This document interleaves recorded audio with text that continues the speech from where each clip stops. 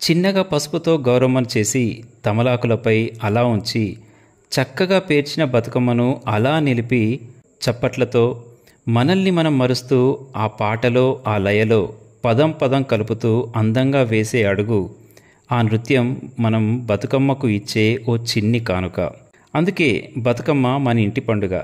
పదం కలుపుతూ పాదం కలుపుతూ మనల్ని మనం మరుస్తూ ఆ పాటలో అలా వెళ్ళిపోతూ ఉంటే పల్లె మన గుండెలోకి ప్రవేశిస్తుంది.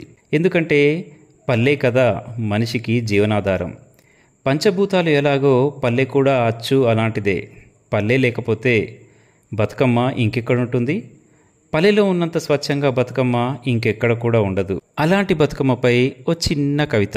బంతిపూల మధ్యన విరిసిన చామంతి మా బతుకమ్మ, నిషీదిని చీల్చుకొని వెలుగును పంచిన అరుణిమ మా బతుకమ్మ, కాయ కష్టం చేసుకునే బ్రతుకున జీవితపు పాట మా బతుకమ్మ, తెలంగాణ గడప గడపన ఆనందాలను కన్నీళ్లను జ్ఞాపకాలుగా మార్చి బ్రతుకుతున్న బ్రతుకు పాట మా బతుకమ్మ, సద్దికూడునైనా ఇష్టంగా తింటూ పొద్దుగూకేదాకా నేలను చేతులతో ముద్దాడే చెమట స్పర్శ మా బతుకమ్మ, దారిలో కనబడే ప్రతి జీవిని ఆత్మతో ఆలింగనం చేసుకునే అమాయకపు పల్లె ప్రేమ మా బతుకమ్మ, కడుపు కాలితే కాస్త గంజైతుంది, మాట కలిపితే పొద్దుగూకేదాకా సోపతైతుంది, పాదం కలిపితే గొంతు దాటి పరిగెత్తే పాటైతుంది, సేదదీరుతానంటే చిక్కని నీడైతుంది మా బతుకమ్మ, ఆకు పువ్వు తెచ్చి తాంబూలంలో వరసలు పేర్చి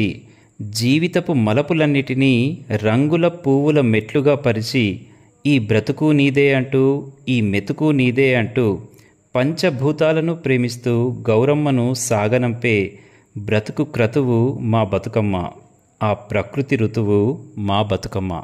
ఇదండి బతుకమ్మకు సాదరంగా ఆహ్వానం తెలుపుతూ ధన్యవాదాలతో నేను మీ పవన్ కుమార్ పెంటు.